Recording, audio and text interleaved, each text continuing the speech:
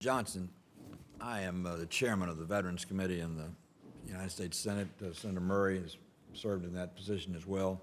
I always go through resumes of people who testify before us, and I'm always happy to find a veteran. I see you're a Gulf War veteran. Is that correct? That is correct. What branch of the service were you in? Army. Army. Did you do any workforce development in the Army? The major amount of time that I was in the military, I was assigned to a training brigade in Fort Knox where we developed people in their jobs and in their skills. The reason I asked that question, did that start you on what has been a career of workforce development?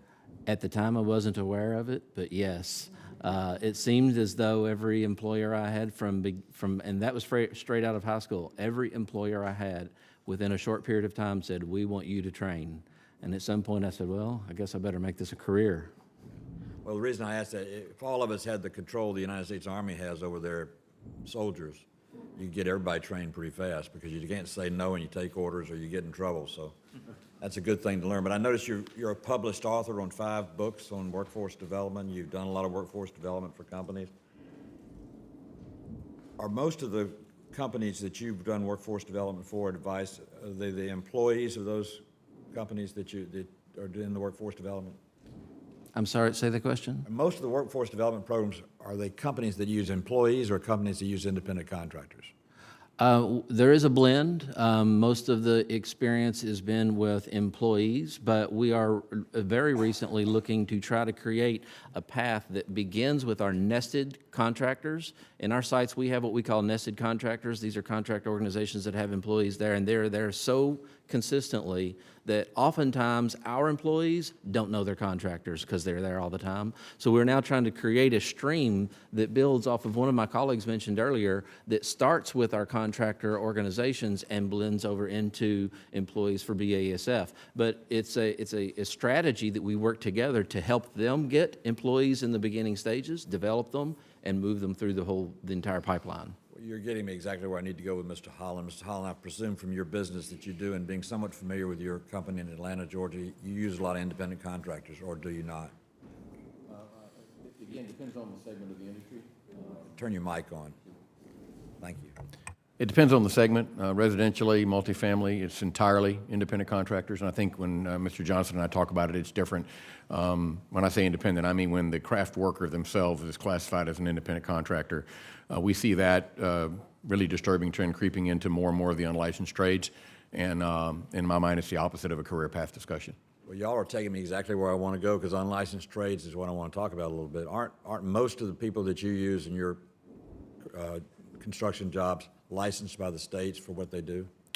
There's a wide variety of licensing requirements in the states. Texas, for example, requires the HVAC trades to be licensed. A few others are. So it's quite a range of requirements. But plumbing and electricians and things like that are not? My understanding is they're pretty broadly licensed and held to a higher standard. My experience in Georgia, we had 37 different licenses in the state, and most of them were everything from barbers to electricians to sheetrock and all of that type of thing. And when you have independent contractors, the control over what a person learns is basically what they need to do to get the license to do the trade.